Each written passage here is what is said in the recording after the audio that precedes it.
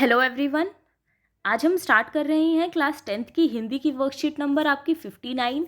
Date है आपकी 23 नवंबर 2020।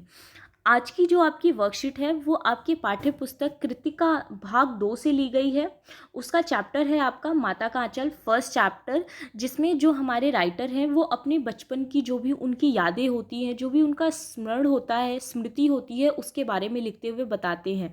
ठीक है, तो स्टार्ट करते हैं इसके गद्यांश को पढ़ के। अब हम कृतिका भाग 2 के पहले पाठ माता का आंचल का अध्ययन करेंगे। इसके रचयिता है शिव पूजन सहाय। यह पाठ उनके द्वारा लिखा गया उपन्यास देहाती दुनिया से लिया गया है। देहात शब्द का अर्थ है ग्रामीण, तो ये जो उपन्यास है ये देहाती दुनिया से लिया गया है। और देहात का मतलब होता है गांव के जो इलाके होते हैं, ग्रामीण इलाके। सन 1926 ईस्वी में प्रकाशित यह हिंदी का पहला आंचलिक उपन्यास माना जाता है। तो देहाती दुनिया का ये जो उपन्यास उन्होंने लिखा था 1926 में प्रकाशित हुआ था, जिसे हिंदी का पहला आंचलिक उपन्यास भी कहा जाता है। आंचलिक का मतलब होता है आपका अंचल, यानी कि क्षेत्र विशेष की सामाजिक, सांस्कृतिक, धार्मिक, आर्थिक आदि परिवेशों का चित्रण करना।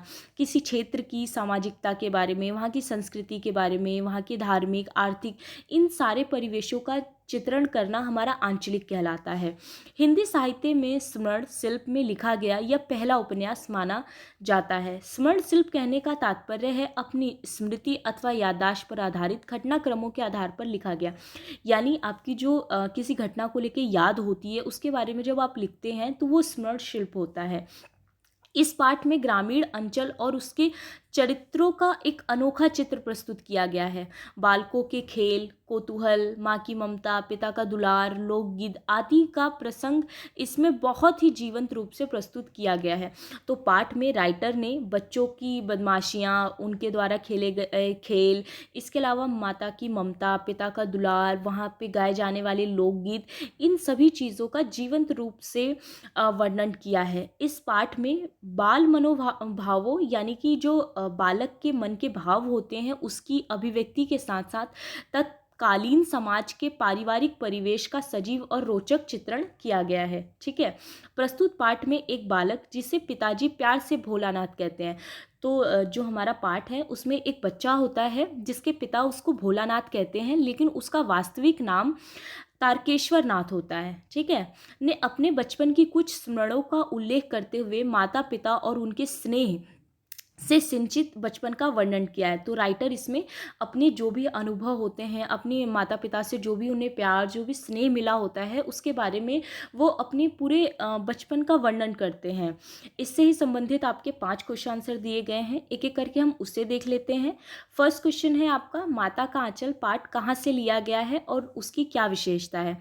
तो आंसर हो जाएगा आपका कि माता का आंचल पाठ देहाती दुनिया उपन्यास से लिया गया है।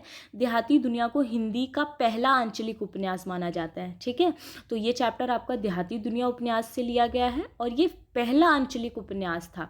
सेकंड क्वेश्चन है आपका, देहात शब्द से आप क्या समझते हैं, इसका विलोम शब्द लिखिए। तो देहात शब्द का अर्थ है ग्रामीण और देहात शब्द का विलोम है आपका नगरीय या शहरीय। ठीक है, तो देहात का मतलब ग्रामीण, यानी जो गाँव के इलाके होते हैं वो, और इसका विलोम शब्द हो जाता है आपका नगर या फिर शहर। ठीक है, थर्ड क्वेश्चन है आपका, आंचलिक शब्द से क्या अभिप्राय है। उत्तर होगा आपका आंचलिक शब्द का अर्थ है किसी क्षेत्र विशेष के सामाजिक, सांस्कृतिक, धार्मिक, आर्थिक परिवेश का चित्रण करना। तो आंचलिक शब्द का आपका अभिप्राय हो जाता है कि कोई क्षेत्र है, वहाँ की सामाजिकता, वहाँ की संस्कृति, धार्मिक, आर्थिक, इन सारे परिवेशों का जब हम चित्रण करते हैं, जब उसके बारे में लिखते हैं, बताते हैं, तो वो हमारा आंचलिक कहलाता है। फोर्थ क्वेश्चन है आपका कि इस पाठ में किन किन बातों का सजीव और रोचक चित्रण किया गया है। तो इस पाठ में बच्चों के खेल का, उनके कौतूहल का, उनकी माता की जो ममता होती है, पिता का दुलार, लोकगीत, वहाँ गाए जाने वाले जो गीत होते हैं, लोकगीत, इसके अलावा बाल मनोभाव, यानी बच्चों के मन के जो भाव होते हैं उसकी अभिव्यक्ति, और तत्कालीन समाज के पारिवारिक परिवेश का सजीव और रोचक चित्रण किया गया है। ठीक है, उसके बाद फिफ्थ आपकी एक एक्टिविटी दी गई है कि अपने परिवार या आसपास के किसी छोटे बच्चे की दैनिक गतिविधियों को ध्यान से देखिए, उसकी कुछ प्रमुख क्रियाकलापों या दिनचर्या को लिखिए। तो आप किसी भी बच्चे को ध्यान में रखते हुए वो पूरे दिन में जो जो काम करता है उसके बारे में लिख सकते हैं।